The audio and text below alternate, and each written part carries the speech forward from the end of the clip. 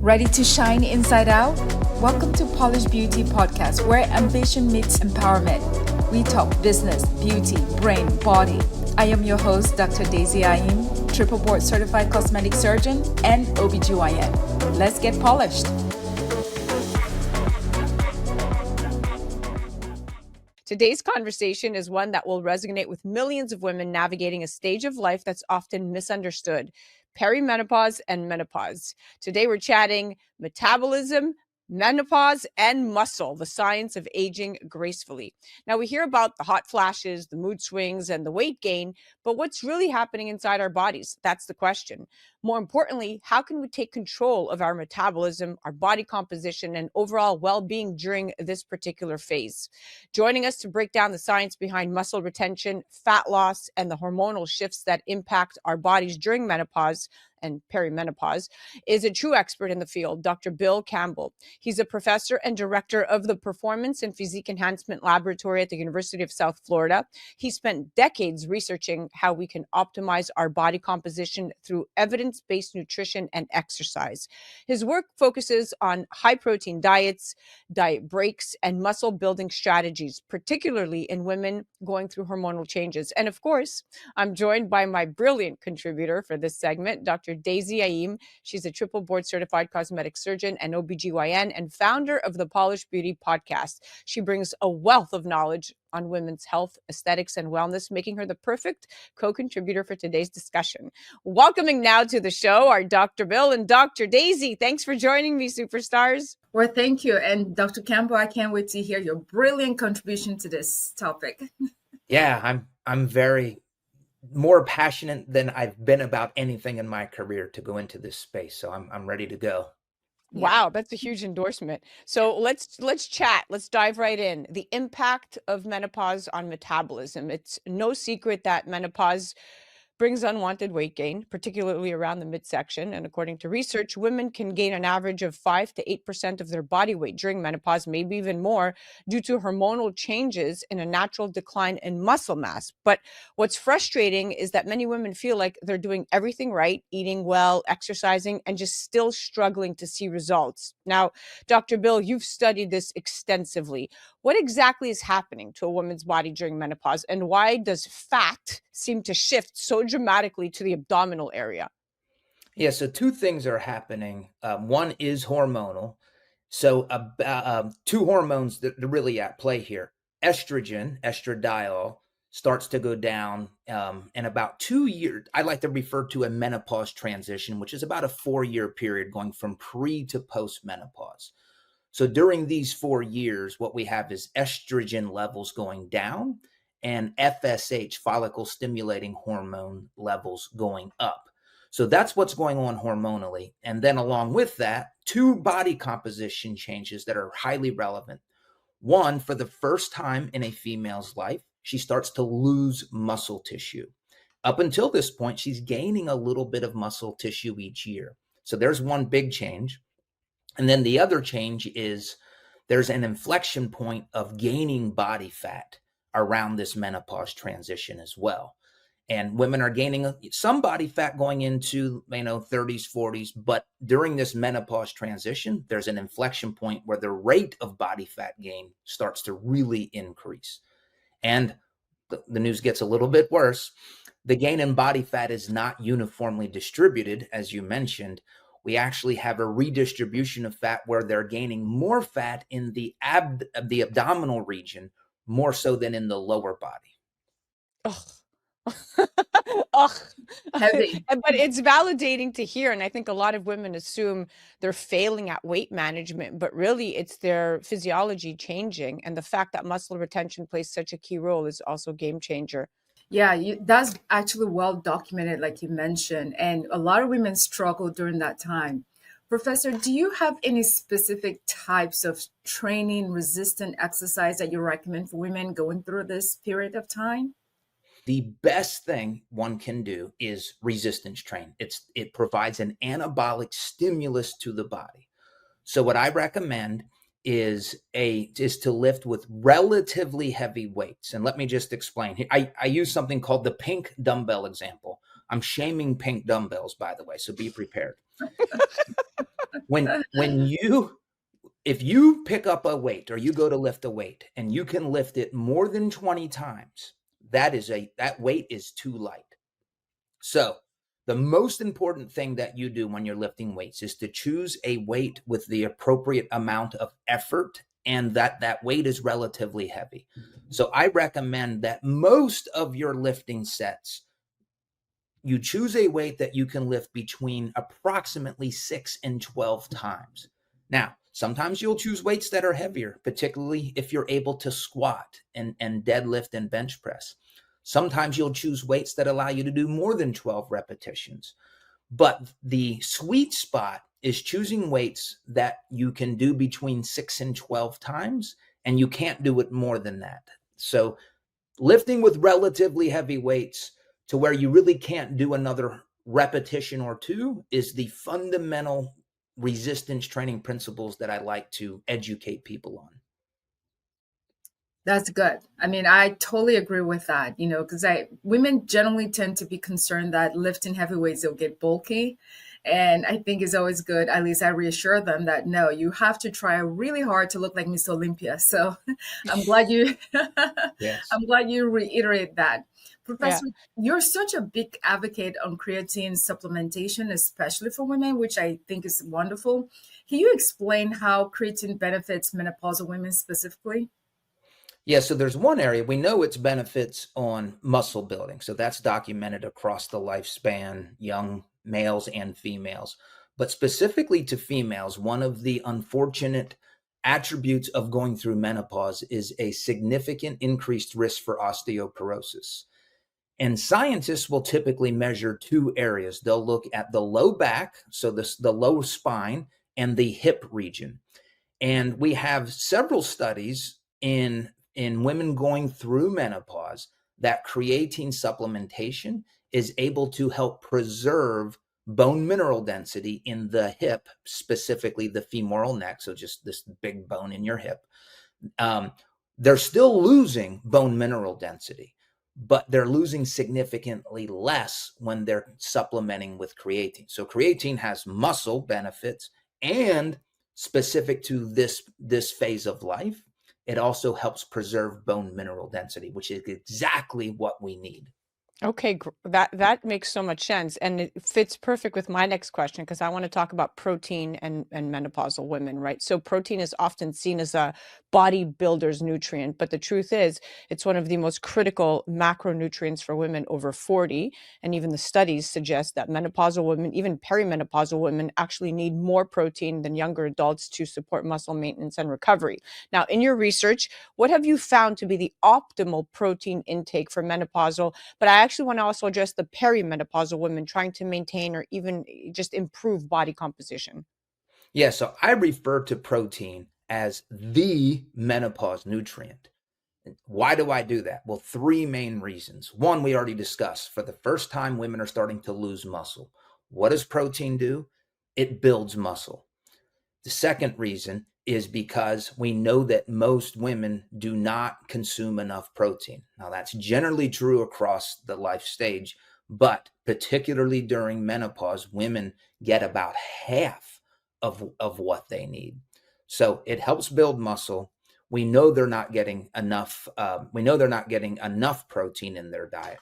And the third reason is it also helps reduce body fat. Now, this is only true if you're previously deficient or not eating enough protein and you take it to optimal levels. So this gaining of body fat can actually be addressed when you optimize protein. So piggybacking off that, diet breaks and metabolic adaptation, because it kind of goes hand in glove with what you're saying, right? A lot of women go into these extreme calorie restriction when they start gaining weight, but only to hit like this plateau and feel even more frustrated. So your research on diet breaks challenges the idea that constant restriction is the best way to lose weight. Can you explain how structured diet breaks can actually help menopausal women with long-term fat loss without wrecking their metabolism? Yeah, so just to be clear, my research on diet breaks was always in younger people, but I don't think that changes the principles of applying that research to a midlife woman. So the one thing about dieting. It is a catabolic process. So everything about a diet is breaking down, which is good for body fat, but it's this catabolic environment is not good for muscle mass. So when we take a diet break, what we're doing is saying, hey, stop dieting for a period of time. Typically it's 7 to 14 days. And what we're doing is a couple things. We're bringing the body out of a catabolic environment and now into a potentially anabolic environment. Because we're going back to pre-dieting maintenance calories, we don't have to be concerned about gaining body fat when we take a diet break, but it really allows the body to recover. And then when we go back to dieting, we have more motivation and will respond better. So my research specifically has reported that diet breaks, or some people call them refeeds, they help with hunger, the psychology of hunger. So they don't have as high of a drive to eat when they incorporate these. And we've been able to maintain muscle mass and metabolic rate from being suppressed or getting lowered during these very long-term, consistent diets. Wow. So giving the body these breaks can actually help prevent metabolic slowdowns. That's a total mindset shift. Thanks for sharing that. Yeah, thank you. Aside from protein and creatine, are there any other supplements that menopausal women should consider for fat loss, muscle maintenance, overall health? Supplementation is a big deal. So, do you have any others? Yeah, I think fish oil would be one, Mhm. unless somebody's naturally eating a lot of fish. So that just helps optimize omega-3 levels. I also recommend multivitamin, multi-mineral supplement. Other than those two things, I don't really. And again, I spent my whole career studying dietary supplements relative to building muscle and losing fat. I don't have a lengthy list of things that are going to move the needle as much as creatine and protein. So those are the heavy hitters, so to speak. I like that you touch on that because I call it a supplement culture. It's huge. So you have women taking 10, 15 tablets a day. And yes, there's some discussion about it, which is important, but I'm glad you really just focus to the core ones because I think you can get caught up and end up taking so many pills that you really don't see the benefit. Yeah, and I just thinking of my wife. She's talking like all the. She's been in exactly that. Like as she says, I can't stand taking all these different pills. So we definitely, because we see different physicians and everybody has their own recommendations. But exactly to what you said, it can be overwhelming every day taking all of these pills. So I've heard it in my own home. Yeah. Now, hormones, they play, I want to just touch on hormones and body composition. We've been talking about it, but just being mindful of the time. We have a couple of minutes left. Hormones play a massive role in where and how we store fat. Estrogen in particular has been shown to influence fat distribution, muscle mass, and even appetite regulation. Now, with estrogen levels dropping during perimenopause and menopause, how does this shift impact body composition? And is there anything women can do to work with these changes instead of fighting against them? So one, I'm still doing a lot of reading about what happens internally as to why this shift occurs. One of the things that may happen, I believe I read a study in rodent models, we actually have a change in estrogen receptor density to the abdominal region. So that would make sense. But again, I'm still early in this research. And in terms of what women can do, um, there's regardless if you're gaining weight or not, what we know is happening is your estrogen levels are declining. So to this, I would say you should at least consider estrogen therapy. Now, I'm not saying you have to go on it. That is a decision between the patient and her evidence-based physician. But what I found is a lot of women they just completely just say no, and they don't really have a good reason as to why they're saying no. And I struggled with this too. My wife went through menopause and had a very difficult time. And this was before I was devoting my career, my research to this area. I was very ignorant and had to do a lot of education. And one of the major things that I've learned, I wish we would have started my wife on hormone replacement therapy sooner. Now, again, that was our decision. I did all the scientific reading. We consulted with physicians. But I think what my general response is, if you're going to choose not to go on HRT, just have a reason as to why. Don't be fearful of it without having the appropriate conversations with your physician. Yeah, that makes so much sense. And I think a lot of women are misinformed. They hear HRT causes cancer. They hear all kinds of stuff that's just misinformed. And I think it really begins with speaking to a practitioner and to a physician that can really properly guide you. Experts like yourselves are not easily found. So I'm glad that we can blanket the voice here further than just your local practices. Dr. Daisy, I know you have some questions on the future of women's fitness. Yes, Dr. Campbell. What are some emerging trends of fitness and nutrition research that excites you, and specifically around this time? Do you care to share with us? Oh, I would love to. So right now, my research team and I, we're about to make this go live. It's actually the first menopause fitness survey. So when we sat down, I realized that, like, hey, I want to start getting some information. Thousands of studies on menopause. We even have quite a few studies now in women's fitness. But if you try to find a survey where you're merging women who've embraced a fitness lifestyle that are going through menopause, you won't find one published survey because it doesn't exist. So effectively, my lab is doing the first menopause fitness survey.